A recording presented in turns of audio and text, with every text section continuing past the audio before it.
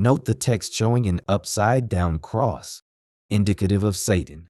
If you watch the video, here's another laugh. The text goes on to say, one's body is inviolable, subject to one's own will alone.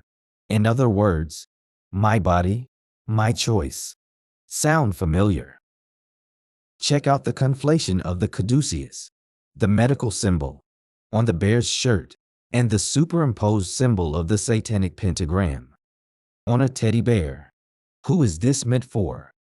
By the way, TST Health is noted above, and the TST stands for the Satanic Temple. How can Satan and healthcare be used in the same sentence without raising red flags? Major church denominations are following current cultural trends by ordaining homosexuals to minister to Christian congregations. At the risk of cliché, the fox is now guarding the henhouse. Under the aegis of equality, inclusiveness, and whatever other buzzword the left comes up with, we have legitimized same-sex relationships, thus making another mockery of God. Even Pope Francis has departed from orthodoxy and is on board with the whole gay marriage idea. Instead of teaching the laity about the sin of homosexuality and the eventual doom that practitioners are doing to their eternal soul, the Pope is a proponent of same-sex civil unions. Thus, he is essentially accepting, if not encouraging, their intentions rather than comporting with the Bible and discouraging such unions. During the Obama presidency, atheists were able to bully the Veterans Administration into interdicting Christmas cards sent by children to inpatient veterans at a VA hospital in Atlanta if the cards had the word Christmas or the name Jesus in them, and used the excuse that such cards might offend somebody.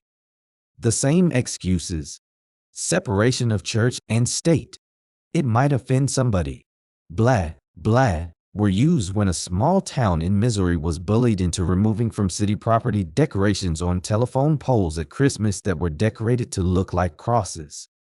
Under threat of lawsuits, the small town with limited funds to fight such attacks had to capitulate. So, do telephone poles on city easements belong to the city government or to telephone companies that are often owned by stockholders?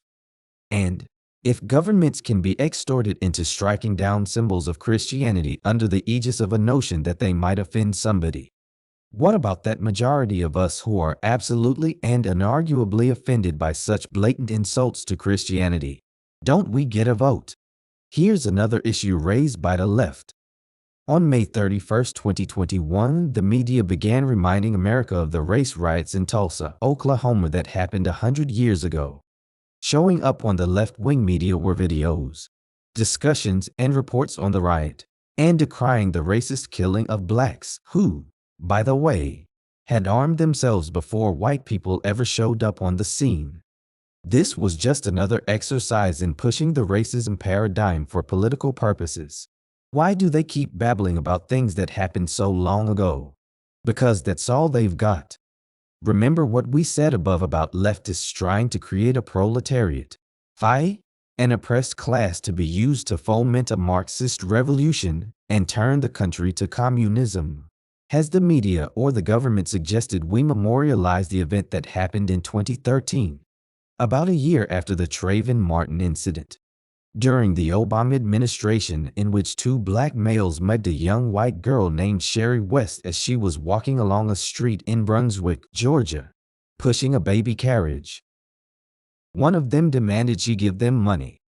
When she told them she didn't have any, they shot her baby, Antonio, in the face. Did Obama make any speeches about it? Did he say Antonio could have been his son like he said about Trayvon Martin? Did the media mention the rampant racism in the Antonio West case? No. Did Congress denounce it? No. Joe Biden established a memorial for 13-month-old Antonio West.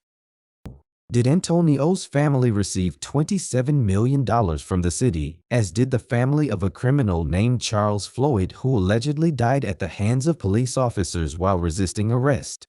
Again, the answer is no. And the left wants everybody to be equal. As we pointed out about George Orwell's Animal Farm, some of the animals were more equal than others. And we need to recognize this as part of the Democrat quest to be the champions of Black Americans, the oppressed people, the non-white people, so they can get their votes despite what they really think about them and how Democrats were the oppressors for centuries.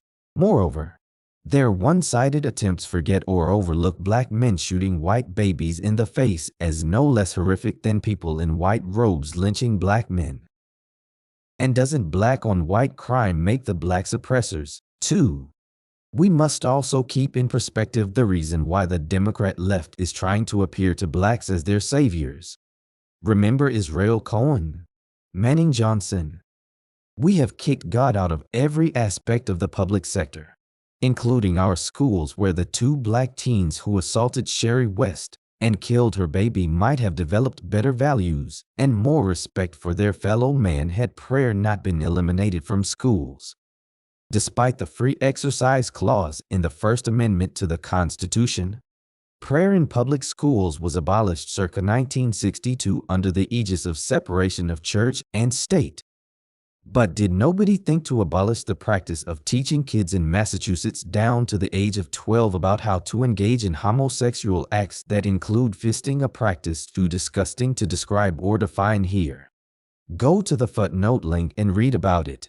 Since they say God might offend somebody, a few men in black robes gave him the boot, essentially claiming a non-existent constitutional predicate. And now we have school shootings, drug use running rampant, metal detectors in school entryways, armed police patrolling school halls, pregnant middle school girls, higher dropout rates, and gang violence. After abandoning Christian values, we wonder why all this is happening in the first place. I never heard of anybody who came into this world toe-tagged with a warranty that their feelings would never be hurt. Wouldn't it make more sense if we taught people how to deal with disappointment rather than walk around like we're on eggshells? Change our culture, amend our laws, and modify our nation, rather than go through life in abject fear that somebody's delicate feelings might get wrinkled. Little league coaches used to tell team members when they got hurt or disappointed to walk it off. Kids used to learn that disappointments happen and learned how to deal with them.